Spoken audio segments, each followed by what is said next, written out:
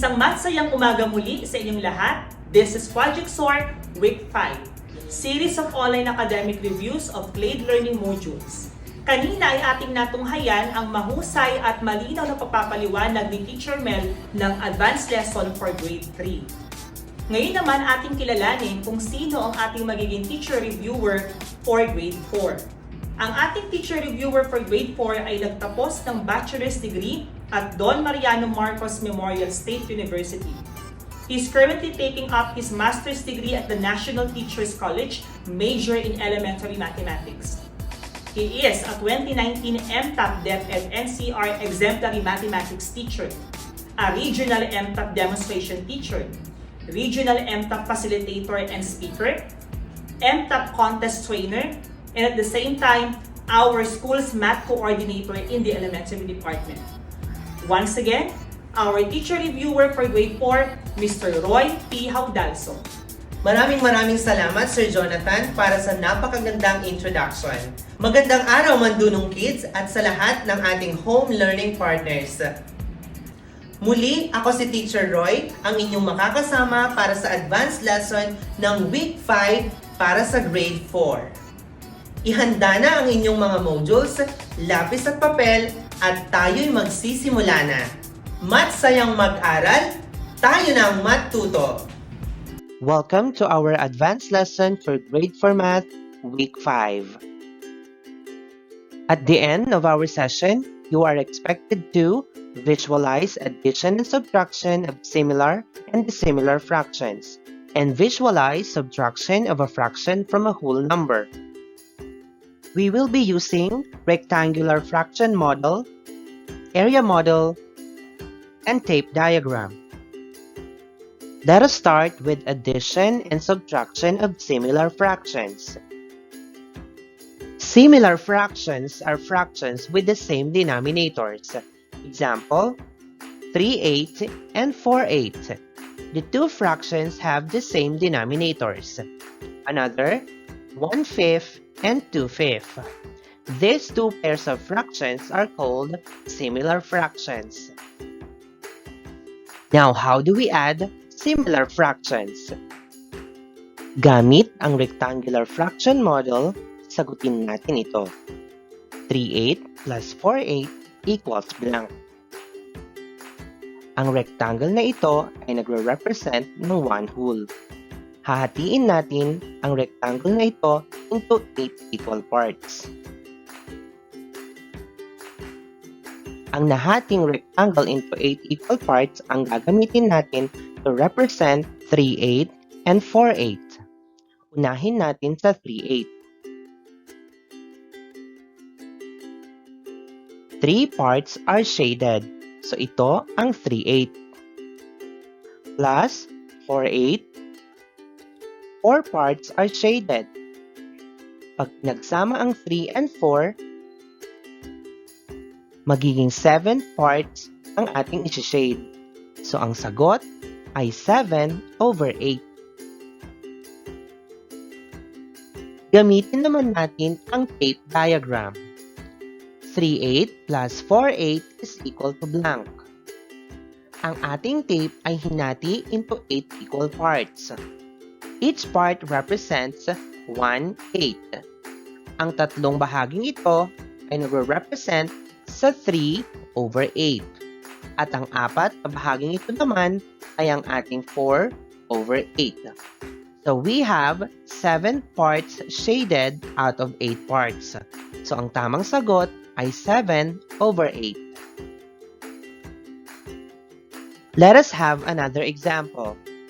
1/5 plus 2/5 is equal to blank.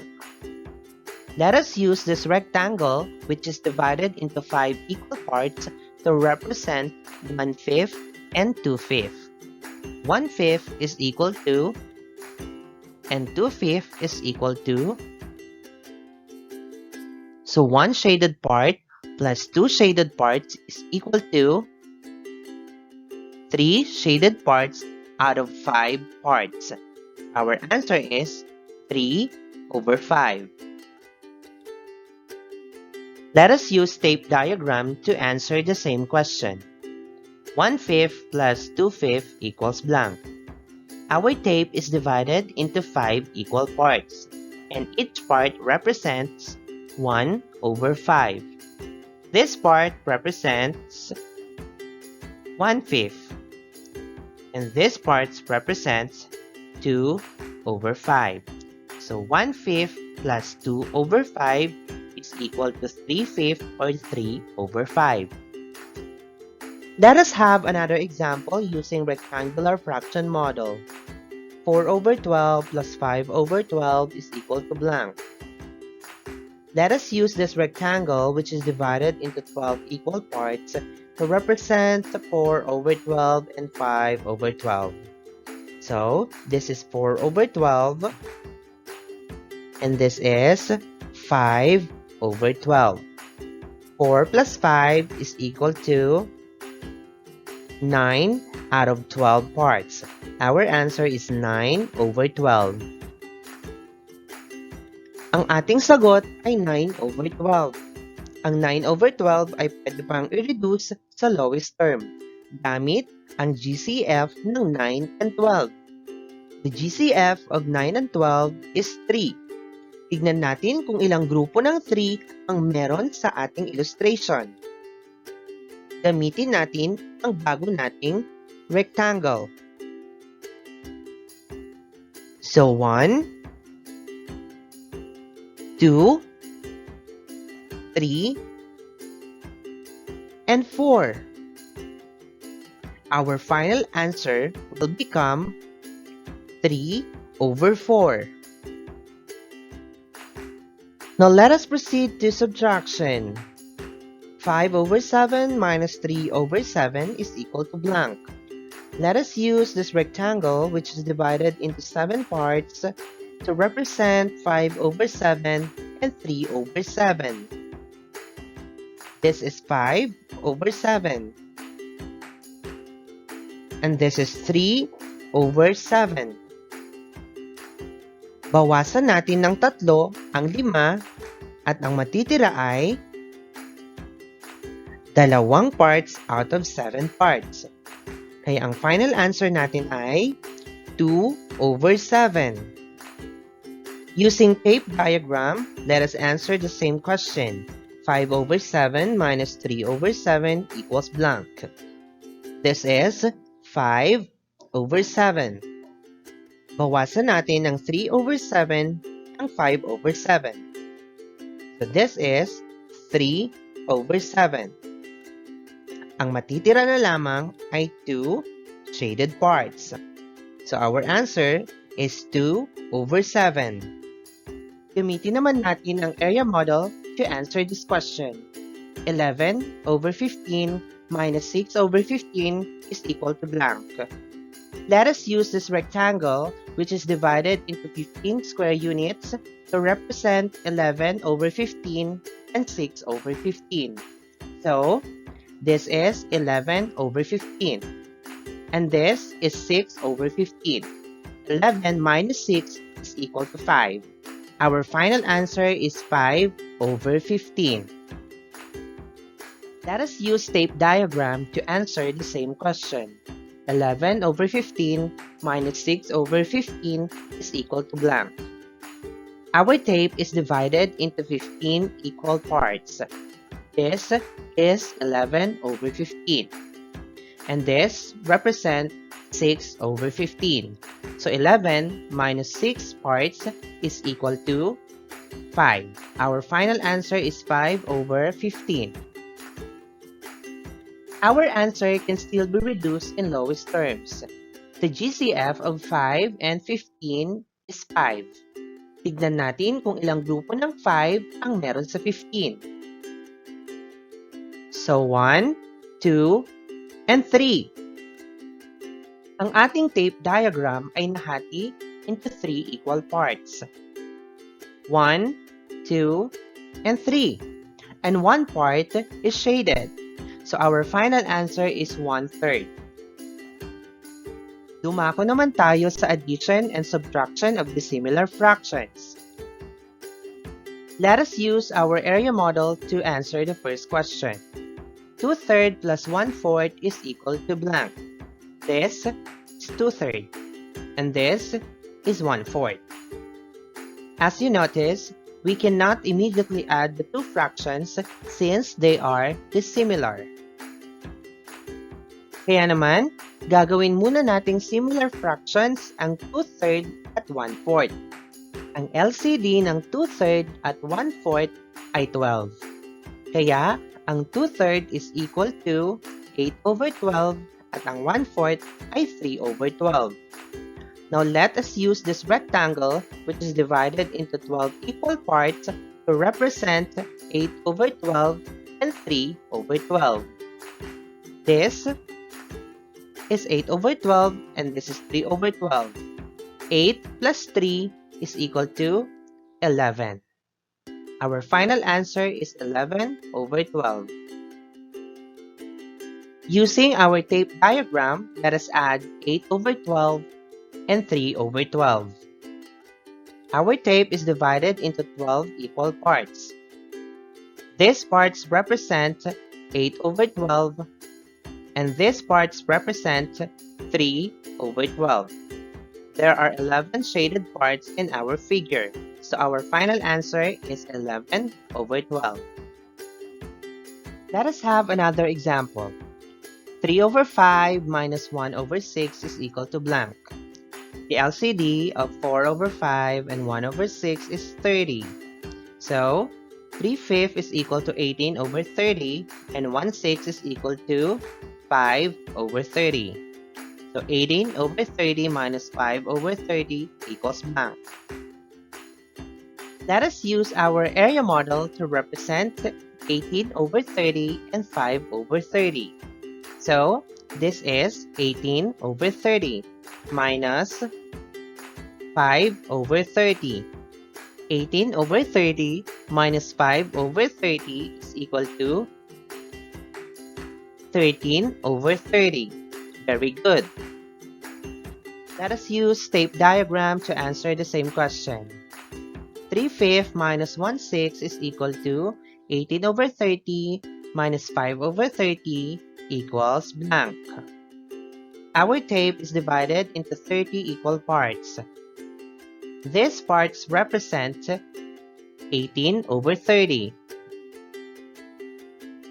And these parts represent 5/30. So 18 minus 5 is equal to 13. Our answer is 13/30. Dumako naman tayo sa subtraction of a fraction from a whole number. Let us answer this word problem. Jasmine bought a chocolate bar. She gave 3/4 slice to her sister. How many parts were left? This rectangle represents the chocolate bar bought by Jasmine. Let us divide the rectangle into 4 equal parts. Each part represents 1/4, 1/4, 1/4, 1/4, and 1/4. Jasmine gave 3/4 of it to her sister.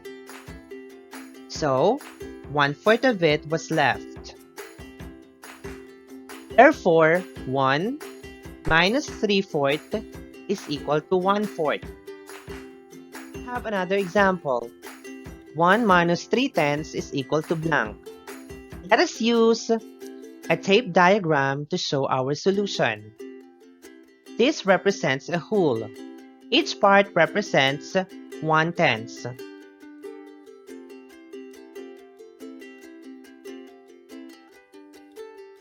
So, 1 whole, let us subtract 3/10. There are 7 parts left, so our answer is 7/10. Now let us have an activity. Direction: choose the letter of the correct expression that describes the illustrations. Are you ready? Let's start. Number 1.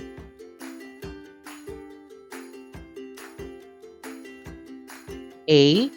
2/3 minus 1/2 is equal to 1/6. B. 3/4 minus 1/4 is equal to 2 over 4. C.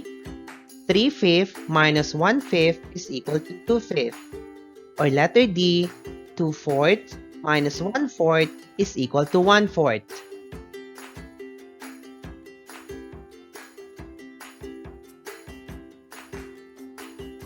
The correct answer is letter B. 3/4 minus 1/4 is equal to 2/4. Very good. Question number 2.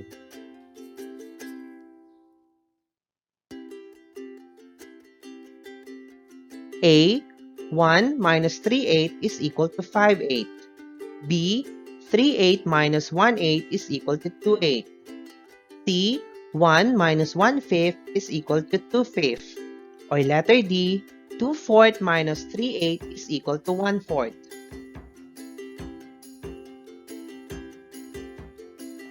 The correct answer is letter A.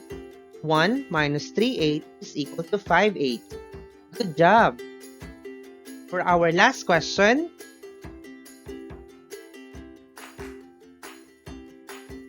A. 1/2 plus 1/3 is equal to 3/4. B. 1/2 plus 2/6 is equal to 1/6. C. 1/2 plus 2/5 is equal to 7/10. Or letter D. 2/3 plus 1/2 is equal to 1/6. The correct answer is letter C. 1/2 plus 2/5 is equal to 7 over 10. Very good. At dyan nagtatapos ang ating advanced lesson para sa Week 5. Para sa inyong mga katanungan, magpadala lamang ng mensahe sa ating official Facebook page, Math Team, Mathematics Teachers Association of Mandaluyong, o kaya naman ay sa inyong mga mathematics teachers. Muli, ako si Teacher Roy na nagsasabing, Math-sayang Math-aral, tayo ng Math-tuto. Hanggang sa muli, paalam!